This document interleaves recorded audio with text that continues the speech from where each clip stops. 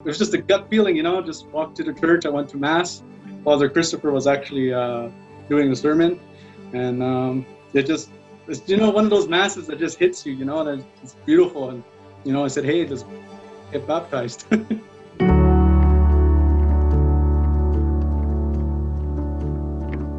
My mother was always extremely faithful and strong in terms of teaching us the words of the Lord. Like growing up as children, we'd watch a lot of Christian shows, and our favorite was always VeggieTales. My parents decided when we were born that they'd, I guess, let us choose growing up, right?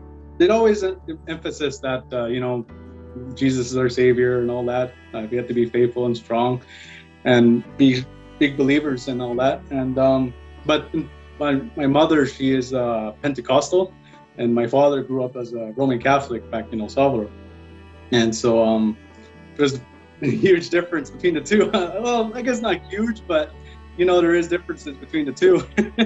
So and for me, I grew up in taking I went to elementary Catholic school, junior high Catholic school, and high school as well in Edmonton. And I've always just had a deeper connection, I guess, in terms of going to Christian Catholic Mass, I guess. In terms of finally deciding to be baptized, was kind of on my father's behalf. He had cancer. Thank the Lord that everything's fine now. He got the surgery to remove the tumor, and everything is good. Hopefully it stays that way.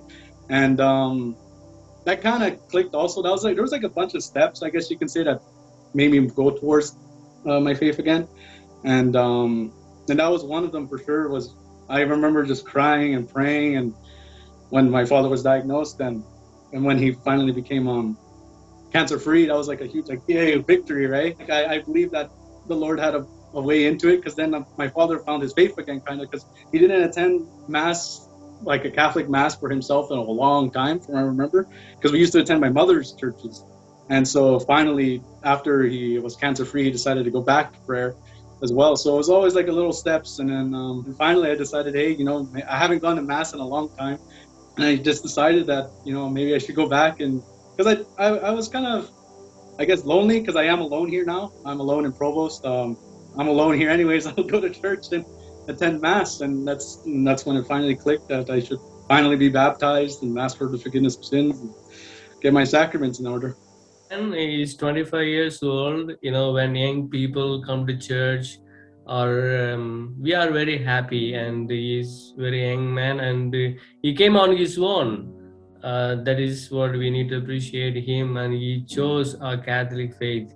Though he lived in a different atmosphere at home, he chose his way of life supposed to be the Catholic way. So I'm very glad for him, and we are very unfortunate for him, and to help him out and make him as part of the member of the community. So I was always really close with my father, and so when I finally told him about what I was doing and I was thinking about baptism, he was like, okay, let's do it. Like, he had no hesitation, like, you should do it, because for him, he kind of felt bad because he sees it as he should have baptized us now that he's kind of renounced his faith again.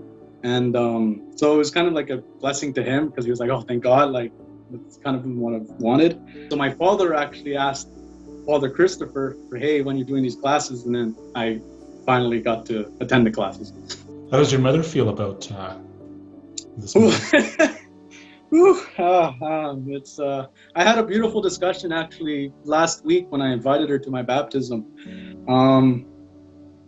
Yeah, it's tough. It's really tough, because I'm really sorry. I'm really close with my mother. I hope she comes. I did ask her. We had a beautiful conversation. Like Father Christopher told me, we're brothers and sisters in our faith of Christ, and that I'm like I said, I've always been a big believer in tradition, and her being a Pentecostal is really tough. And I told her maybe like 4 months ago, and I just remember the look she gave me. It was tough for her, and that's it called. And then I never really talked about it since, until last week when I finally had the guts to tell her, like, I want her to be with me in this celebration, because it's a big deal. Like I said, I don't know the answer just yet. We still have a week to go. She's still thinking about it, and I'm praying that she does come. But we'll see what happens. I told him always, whenever I end the session, it is not just learning faith. I told him always, it has to be lived in life. And that bears more fruit what we spend time together in the RCA sessions.